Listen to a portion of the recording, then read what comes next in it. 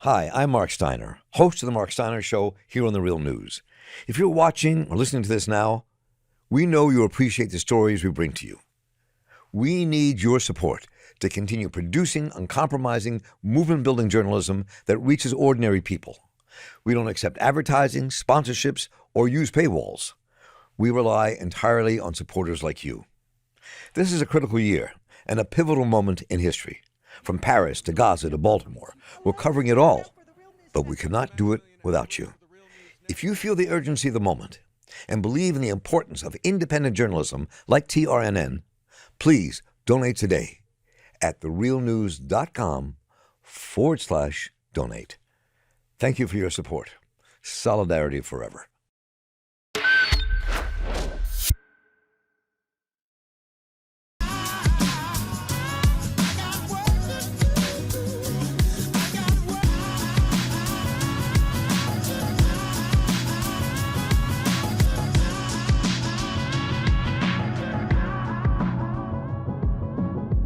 Hello, my name is George Waksmunski. I'm the UE Eastern Region President.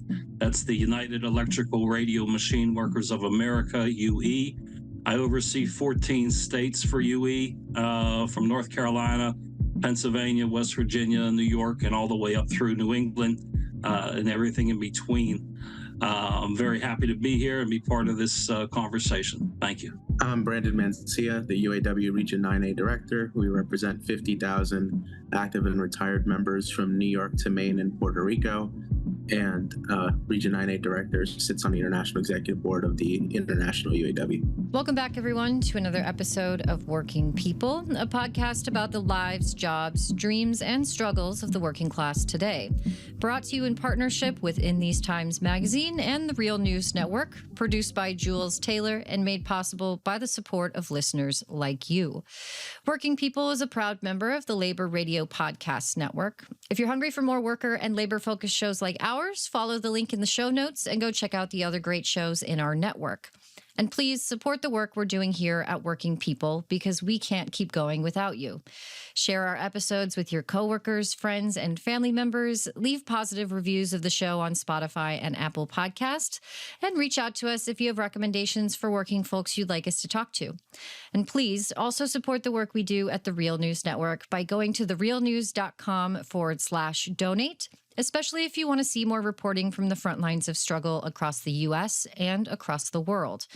My name is Mel Buer. And I'm Maximillian Alvarez. And today we're bringing the focus back to the ongoing genocide in Palestine and the role that organized labor is playing to try and stop it. In July, Israeli Prime Minister Benjamin Netanyahu's scorching address to Congress, in which he vowed, quote, total victory in Palestine and called American protesters standing in opposition to the genocide useful idiots, earned him a standing ovation from many U.S. representatives and underscored yet again the deep involvement of the U.S. in this ongoing carnage. Over the last year, both Mel and I have sat down with many workers and organizers who have been agitating within their unions to pressure leadership to take a public stance against the genocide in Palestine and to draw attention to the U.S. involvement in Israel's brutal campaign. Since October 7th, the United States government has sent more than $12 billion, that's billion with a B, to Israel, with billions more earmarked for the next 4 years. The death toll in Gaza continues to climb, with conservative estimates putting the numbers of dead near 40,000, but a recent report in the British medical journal The Lancet estimates the death toll could be far greater than that, over 186,000 people or more. That's roughly 8% of Gaza's population. And with each passing day, the humanitarian crisis unfolding in Gaza gets orders of magnitude worse. Seeing the dire situation in Palestine, 7 major U.S. labor unions have collectively drafted, signed, and sent a letter to President Biden demanding that U.S. military aid to Israel stop immediately. The letter reads in part, quote, recent reports only underscore the urgency of our demands. Large numbers of Palestinian civilians, many of them children, continue to be killed, reportedly often with U.S.-manufactured bombs. Rising tensions in the region threaten to ensnare even more innocent civilians in a wider war. And the humanitarian crisis deepens by the day with famine, mass displacement, and destruction of basic infrastructure, including schools and hospitals.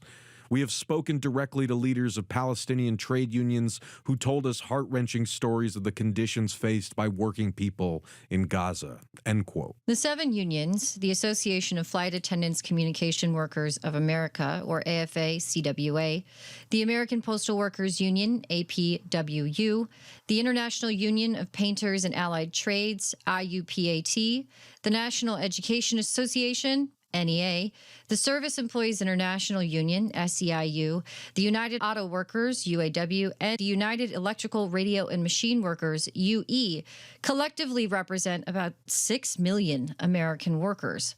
As Alex Press reported in Jacobin, this letter to Biden is a product of relationships built through the National Labor Network for Ceasefire, a coalition of unions that formed around a statement initially sponsored by UE and UFCW International Union Local 3000. That statement called on Biden and Congress to, quote, push for an immediate ceasefire, an end to the siege of Gaza, unquote, stopping short of calling for an end to U.S. military aid to Israel. This new letter represents a significant escalation in pressure from the U.S. labor movement in an effort to address this ongoing humanitarian catastrophe. With us today to discuss this important escalation in the campaign to pressure the U.S. to end its involvement in Israel are Brandon Mancilla and George Waksmunski. Well, gentlemen, it's so great to have you on the show today. We really appreciate y'all making time for this. We know how busy you are, but we know that you know how important this issue is to all of us as human beings, as fellow workers, and to the unions that you represent and the union members that you represent.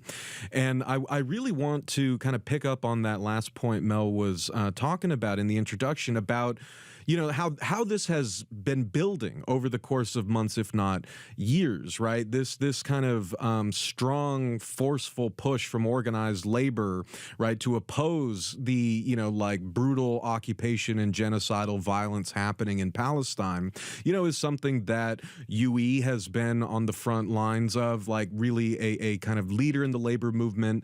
And I was wondering if we could sort of start with George going back there and talk a little bit for our listeners about the Labor Network for Ceasefire, like how it was formed and the UE's role in pushing this call for a ceasefire and now an end to military aid to Israel within the U.S. labor movement. And then, Brandon, I'd love for you to hop in and talk about UAW as well. Your president, Shawn Fain, of course, being, you know, like one of the earliest and most vocal union leaders to call for a ceasefire earlier this year. So, George, give our listeners a little background here on UE's role in this fight and how far that goes back. Sure. Thank you very much, brother. Well, UE has been in this for a very long time.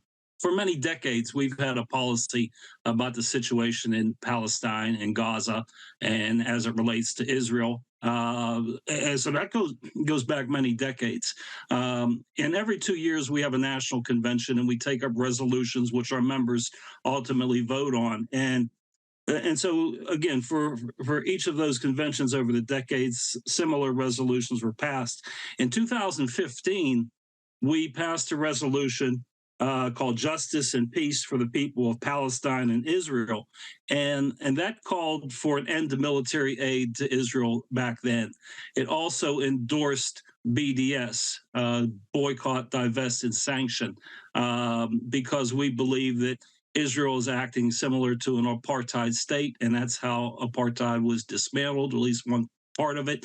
And so we were the first union to sign on to that back in 2015.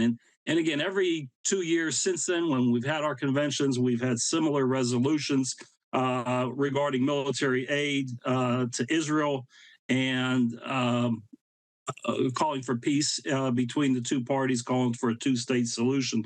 So this last convention in 2023, that resolution come up again.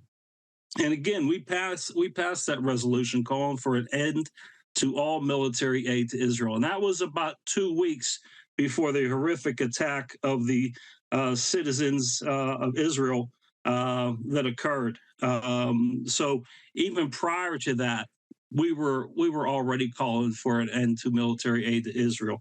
So once the attack occurred, and after several weeks of seeing how this was playing out, we were already in a position long held to be able to take the lead on it. And that's what we did. As you mentioned, we worked with, we initiated along with the UFCW 3000 a petition to get all labor unions signed on to call for a ceasefire. Since then, our members have been out in the streets, rallying, protesting on college campuses, at congressmen and senators' offices, doors, wherever we can catch those folks to give them help.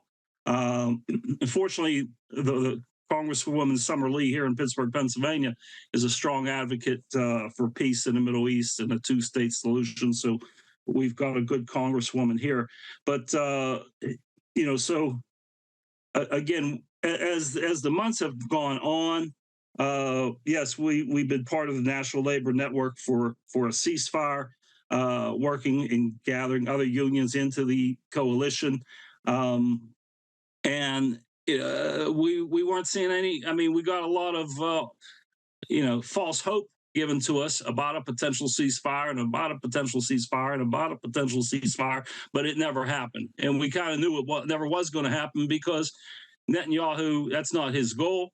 That's not his road to success. And the United States just backs Israel no matter what. And even if it means that we're going to be involved in genocide, supporting it with our bombs that we make. So again, we've put together our coalition to now put forward this letter to President Biden, going more than just calling for a ceasefire, but an end to all military aid to Israel, especially during this time.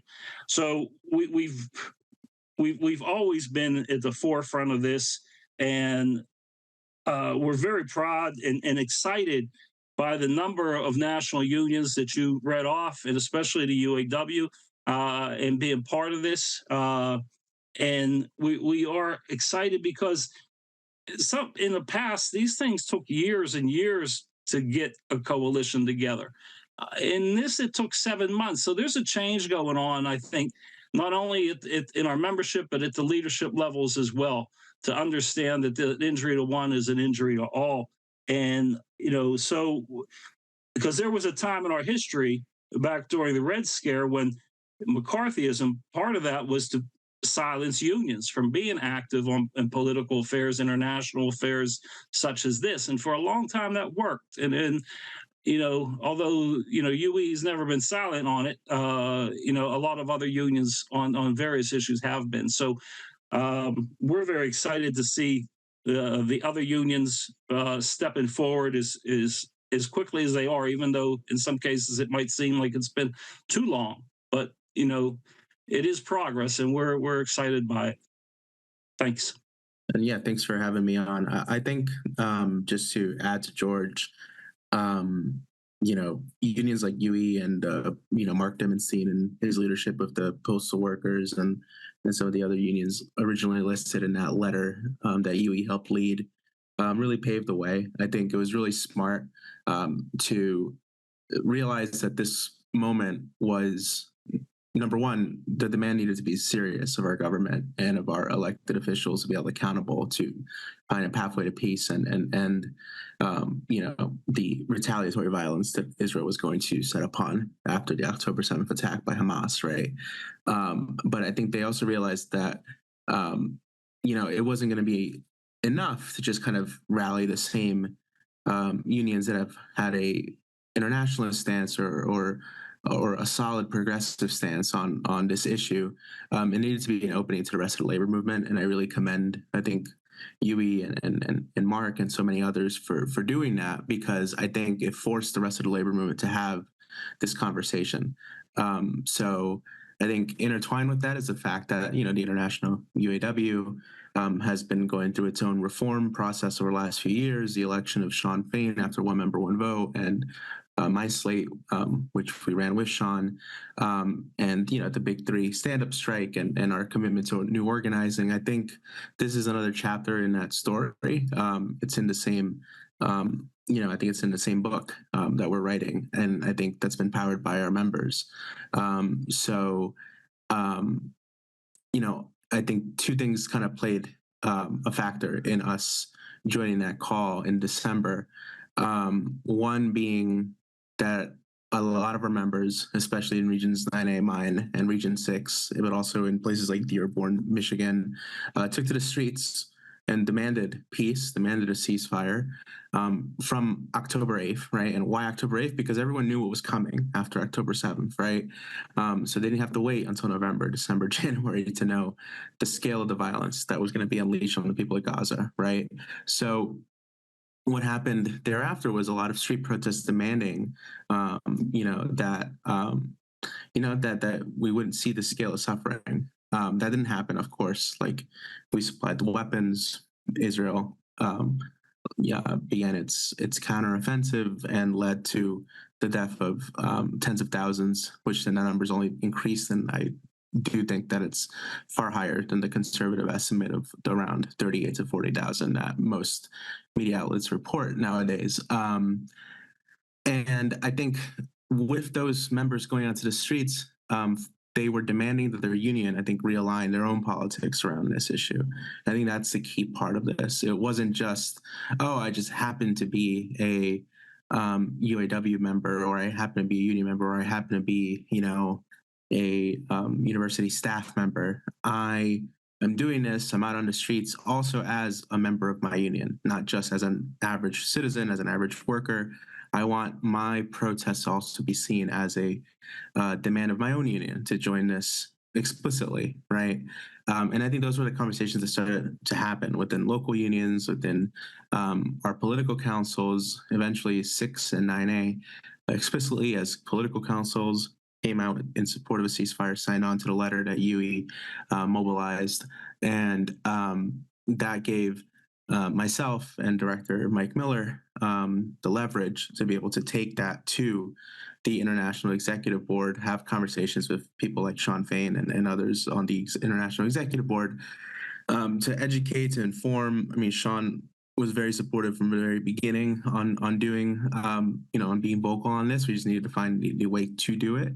And at the International Executive Board meeting at the end of November, we decided to sign on. So between October and December 1st, when we finally came out, we were definitely early on, in the sense that, like, a lot of the major unions who have usually been silent or ignorant or on Israel's side, uncritically on this, when these bombing campaigns would happen, we were early in breaking with that silence or changing course. But we weren't the first ones, obviously. But I think our leadership on this, right, when we did come out, did allow an even further opening of the door for other unions to come out. And I think that's when you saw the numerous local unions, central labor councils, international unions, and then eventually the AFL-CIO itself come out for a ceasefire. So, and now I think the discussion is like, well, listen, we're now 7-8 months after this kind of momentous moment of labor union ceasefire statements. What's next, right? I think that's what this escalation is with the letter to call for a halt of arms. And I think I just think the key thing to remember through this process is that it is a process of political education for our own unions, right? It's not fast enough, but it's also historic. So those both things are happening at the same time. And at the end of the day, this is not going to end until, peace is secure and there's a true path to justice for the Palestinian people. Thank you for that. Brandon, I wanted to kind of direct this question to you first. We've sort of talked about why calls for a permanent ceasefire were really the sort of start, or a ceasefire, right? And now we're seeing through, what is it now, months of negotiations, almost reaching an agreement, or one side agreeing and then Israel walking back, or, broken promises that the Biden administration has spent a lot of time saying we're close, or these negotiations are breaking down for one reason or another, or, at some point it seems like almost like a cynical sort of like ploy for votes in November sometimes, right? And so I really kind of want to drive home, like, one, Israel is receiving at least every year until 2028, $3.8 billion in military funding from the United States. I think it's something like 15% of the Israeli defense budget is made up of money that comes from the United States, which is wild to me, right? And I really kind of want to, I guess I want to ask, why do you think this is the appropriate sort of pressure on Israel to really kind of hone in on the U.S. pulling back its military aid in a way to pressure them to actually accept the terms of a permanent ceasefire in this conflict? No, I think that's a great question. I think there's a few reasons. The first one that comes to mind is precisely because of what you pointed out, that the amount of political backing, arms, resources we supply, and arms we supply to the state of Israel is astronomical, right? I think it's not an exaggeration to say that President Biden could make a phone call and end this war today, right? How the state of Israel reacts to that is a separate question, but they cannot carry out the scale of violence without our support as the United States, as a country, right? At the UN, at countless international bodies, right? In front of the international courts, we are consistently one of few allies that the state of Israel has to give what it's doing right now legitimacy or cover up, right? And I think that's really important for us, as leaders within the labor movement to emphasize, right, for our own membership and for our ability to wage political, our own political stance, is to say, we know we are complicit and responsible in ways in which we are not over the actions of a group like Hamas, and we are not, and disproportionately in this conflict over so many others, right? This is why it's not because people want to talk about Israel more than other countries. It's because we are directly involved and complicit in ways that really far outweigh anything else. So I think that's really important. I think second, the fact that this opens up the door to talk about the fact about our defense budget, right?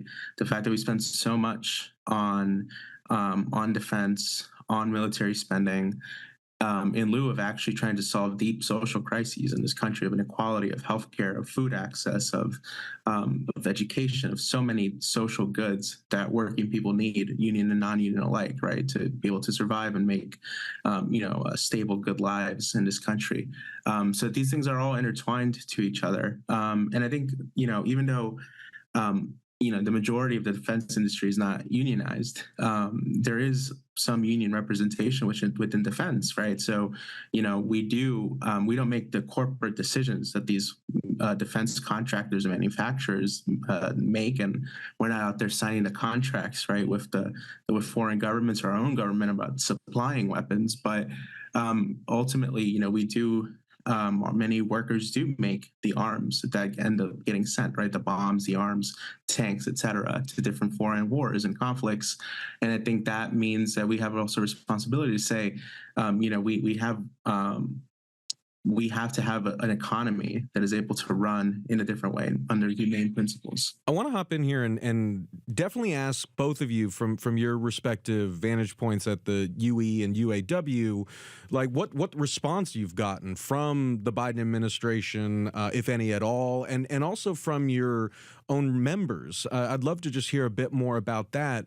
But George, I was wondering if we could start with you and if you could kind of tug on that thread a little bit more when you mentioned the Red Scare, when you mentioned the role that organized labor used to play as a force fighting for social good, right? And fighting for, political causes that it's the labor movement saw as fundamentally intertwined with, our ultimate goal to, make life in a better and the world better for working people across the board.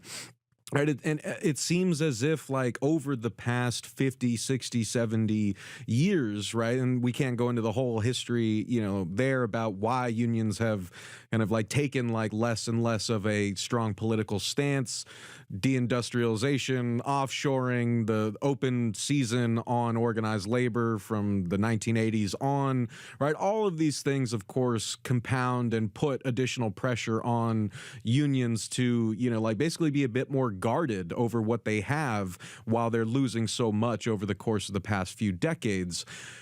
But at that same time, unions as political engines for expressing the political will of working people have been largely sort of like captured by just this idea that we can endorse a presidential candidate, right? Or like our job is to endorse and support, like candidates or parties, but that's really it. And yet, you have more independent unions like UE and the International Longshore and Warehouse Worker Union, who played a critical role in striking against apartheid in South Africa. I just wanted to ask if you could like tug a little more on that for our listeners and with your experience and your union's history, if you could say a little more about how unions got so complacent when it came to taking strong political stances like this and how you see that changing now. And then, I would love to hear from both of you about what response you've gotten from the Biden administration all the way down to your members. Okay, there's a lot there for me to cover. Well, we've always been a union that believed in independent political action. We've never been a union to get in bed with the Democratic Party. We've long believed that both parties are corrupt and do not serve our best interest, especially since the McCarthyism and the Red Scare, when the unions were divided and they just busted up the militancy of the labor movement to the degree that unions were running scared because of the McCarthy effect. And UE was attacked severely. We were almost killed. It's taken us decades to overcome all of that. So an example, I think we were a pretty good example to other unions about why you need to fall in line. And I can't speak for other unions or what their history is or what their thinking was, but we've always seen ourselves as being a union that is not in the mainstream. And it comes from our principles of aggressive struggle and militancy, and that the members have to run the union from the bottom to the top. And when the members are running the union from the bottom to the top, and it's their nickels and dimes they're fighting for, they tend to be a little more militant about it. When they believe that they have some investment in their union, some control over their union, and they really do in UE. Anything that happens at the local level is all the members' business. We don't get involved with that. So we've always had this history of being militant and being aggressive. It's written into our preamble. And that the members run the union. So the feedback we've gotten from our members has been positive. For our positions, for the most part. Certainly there's every once in a while some member who's expressing his right to speak out and disagree with us, and that's okay. That's healthy. We embrace that. But for the most part and overall, members from coast to coast are out in the street on their own.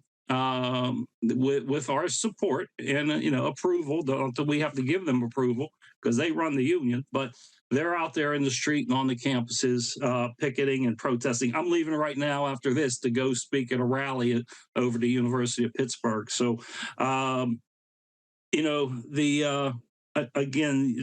during that period of McCarthyism, it just really destroyed the labor movement because there was factions that were very militant, and those factions were one by one annihilated. And we were one of the only ones surviving. Us, the longshoremen, maybe the United Mine Workers. I'm not sure if they were in there as well, but there aren't too many of us left. And the other unions, they fell in line. They signed the pledge, the non-communist pledge, which we refused to do for many, many years. Ultimately, we had to surrender or we would have died. So, we've been through some tough struggles in our history. And we've learned some hard lessons, some good lessons, lessons we always knew, but sometimes you got to stand up for your principles. And even if it costs you, and it nearly costs us, but we still have our principles, and we are thriving today, even after all of that. So, on response from the Biden administration, to my knowledge, we've not gotten any. I think I would have been notified of that. I did talk to our national president, Carl Rosen, in the last 24 hours about this call. So he did brief me on some things that I should know or share with you. And he did not say anything about a response. So I don't believe we got anything. Brandon, do you want to kind of share? I don't know if Fain has gotten any sort of notification from the administration that they even acknowledge that the letter freaking exists, or, has there been communication just from the rank and file in general about the direction that the UAW and this coalition are kind of moving towards in terms of their call for ending military aid? What has been the response that you've gotten on your end? Yeah. So, as you can imagine, when we did not endorse Biden last year, and also, had our stand-up strike, which had a lot to do with the way that subsidies to companies were being dished out by the Biden administration for the transition to EVs and battery plant, assembly, et cetera. The Biden administration, took note of that, right, and got very involved in, our contract negotiations. They did not. Ultimately, that's not what made the difference, right? That what made the difference was our strike and our membership power. But we opened the door to the Biden administration in order to basically set a new tone, which is to say, from now on, when you build these new assembly plants for EVs and batteries, et cetera, you're going to have to keep labor in mind. You're going to have to set labor standards. You're going to have to regulate these places for health and safety standards because they're really dangerous plants. And also, you're going to have to make this a just transition. If we're going to actually accelerate EV production, it's going to have to be a just transition, right? So I think that was the beginning, of conversations with the Biden administration. And then, of course, October 7th, and the war on Gaza came right around this time, right in the middle, towards the end of our strike, right? So when we passed our ceasefire resolution, and since then, Sean has been very blunt with the President Biden, about our union's position. I personally had a little bit of a flare-up with Biden's staff when I wasn't allowed to go on stage with my ceasefire stickers on. I was ultimately, but they threatened that Biden would leave if I was up there. I didn't give that up, and ultimately nothing happened. He went up there, gave a speech for our endorsement, and also I had my stickers on. But after that, Sean has been very clear with him. This is especially after the uncommitted vote in Michigan, especially, right? That you're going to lose this election in places like Michigan because there's no change in direction, right? And unfortunately, we haven't seen a dramatic change in course. Some rhetorical, changes. A commitment to find a framework and negotiate towards a ceasefire, but no real actual, leverage from the government to actually make it happen. Recently, in conversations with the Harris team, since Biden stepped down from the candidacy, I know that President Fain has also brought up the fact that we're gonna, we have to see a change in course on Gaza, and we also have sent that letter demanding an end to arms shipments, and did not expect the Harris team nor anyone in the administration to immediately, change course because of those things, right? It's going to be continued pressure and growing the movement that's going to ultimately, deliver. But I think in part what we saw from Kamala Harris in that press conference she gave after she met with Netanyahu, I think that is in part because of the continual pressure, right? Because of pressure from the labor unions and generally just, the U.S. public, right, is at a place where they just don't want to see this happening anymore. So a ceasefire, if you poll the majority of Americans, they want to see an end to war and genocide, and that's it, right? So, I think it's, you can call that political calculation. I don't know, we can call it whatever, but I think that's, I think they've taken note of it. And I think we just have to see now, right, with continued pressure, with continued mobilization, how much the Democratic Party will want to change course. And I think events that happened this week in Iran, I think, are going to be really indicative of how the U.S. responds to the assassination of a key Hamas leader through the peace talks. So. I think that's a really good sort of segue into our final question to kind of wrap up the conversation. This question is for both of you. Brandon, if you'd like to start. Now that the letter has been published and we see groups like Jewish Voice for Peace and Students for Justice in Palestine also picking up this thread to calling for an end to U.S. military aid to Israel. I think it's an important sort of way to end this conversation by really bringing it back to a call to action for those who are listening. What can rank and file union members or organizers, workers, individuals who care, what can they do to join this anti-genocide movement? And how can we continue to keep this pressure up? What are the things that you think of? Well, I think just to start from the UAW side, UAW 4811, the 48,000 academic workers of the University of California, I think that's something historic, right, in going on strike against the unfair labor practices that the university committed when they repressed protest and silenced speech on campus during the encampment period. So I think the fact that, we had our first ever, George, you can correct me, but I think it was the first ever authorized strike, for Palestine. I think that's a historic breakthrough. So what UAW 4811, I think it goes, honestly, to me, it's like the biggest advancement of this movement beyond statements and letters, which are all important, right? But to actually go out on the line defending your coworkers for the simple right to speak out against injustices, right, is crucial, because that's what the labor movement should be about, aside from also fighting for our benefits and our wages and so many other protections we need on the job. This one's just as important. So I would say, for workers across different industries, just know that, having a voice on the job is protected. That's important, right? And if your boss is retaliating against you for political activity, union activity, you have rights and you can organize around that. And I think that's really important. Similarly, I think this wasn't a strike, but Local 2325 in my region represents public defenders and legal services workers across New York City.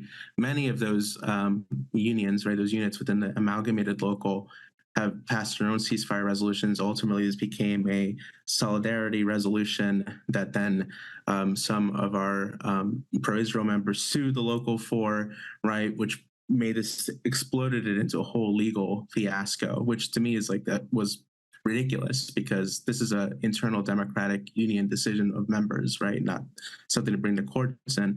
Of course, the reactionaries in Congress caught on to this and brought the president forward to a deposition, and there was a hearing about this. And it's just that this is just ridiculous, right? This is the kind of stuff that is reminiscent of the McCarthyist period in this country. So I think, workers and folks should know that. I think number one, the strongest protection you're going to have is a union, right, in all of this, right?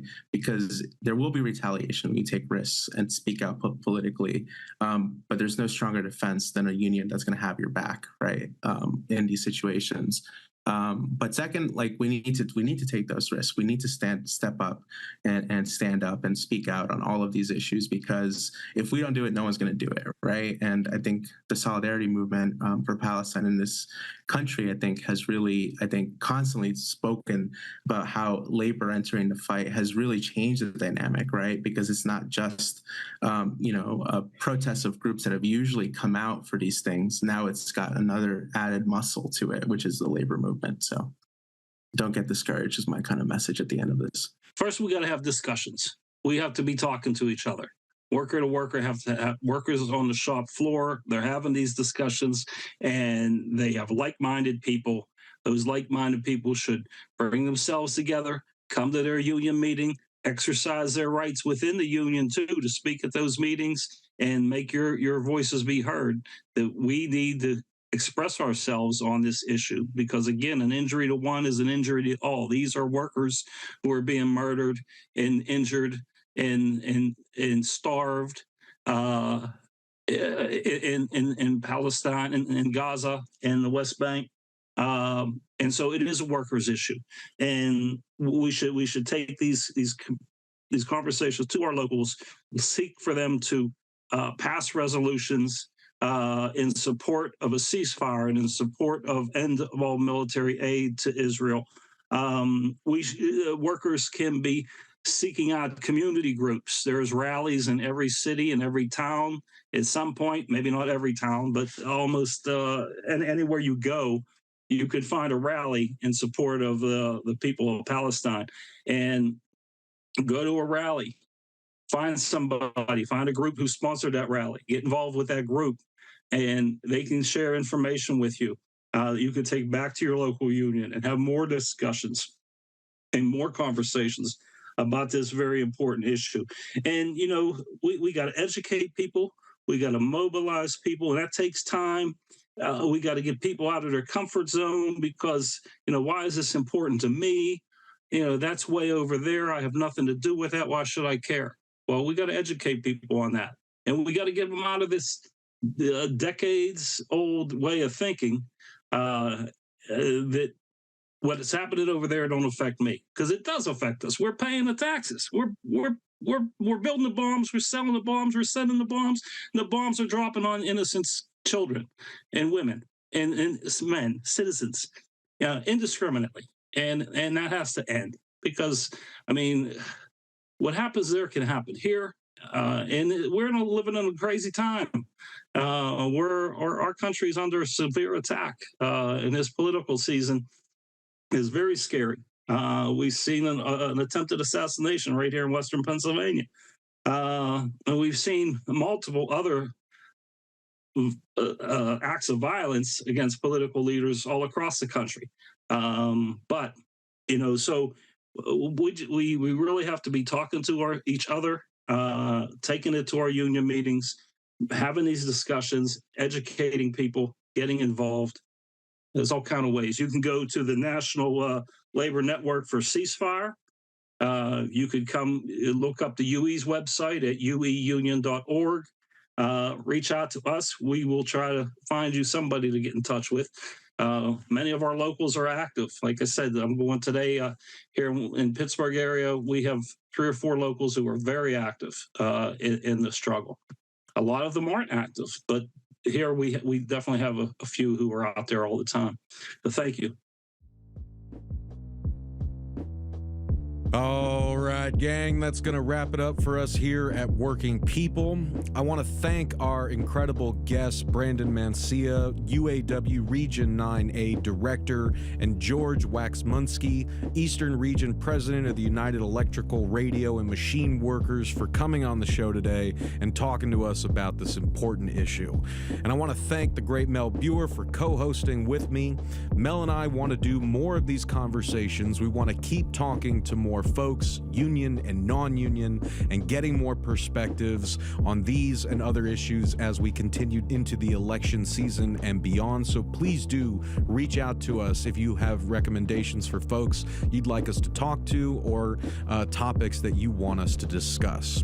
And as always, I want to thank you all for listening, and I want to thank you for caring. We'll see y'all back here next week for another episode of Working People. And if you can't wait that long, then go subscribe to our Patreon and check out the great bonus episodes that we've got there for our patrons. And of course, go explore all the other great work that we're doing at the Real News Network, where we do grassroots journalism that lifts up the voices and stories from the front lines of struggle. Sign up for the Real News newsletter so you never miss a story, and help us do more work like this by going to therealnews.com/donate and becoming a supporter today. It really makes a difference. I'm Maximillian Alvarez. And I'm Mel Buer. Take care of yourselves. Take care of each other. Solidarity forever. When my face you no longer see, I live on, yes, I live on. Wherever we go, we are going to roll the Union on. The song, I live on, yes, I live on. Wherever hungry are we. Just as hungry can be. The song, I live on, yes, I live on. Where mean things are happening in this land, it's read a song, I live on, yes, I live on. Wherever the book mean things are happening in this land is read, I live on, yes, I live on. Wherever the videotape of me is shown, I live on, yes, I live on. If I have help to make this a better world to live in, I'll live on, yes, I'll live on. When my body is silent and in some lonesome grave, I'll live on, yes, I'll live on. When my songs and poems are read, I'll live on, yes, I'll live on.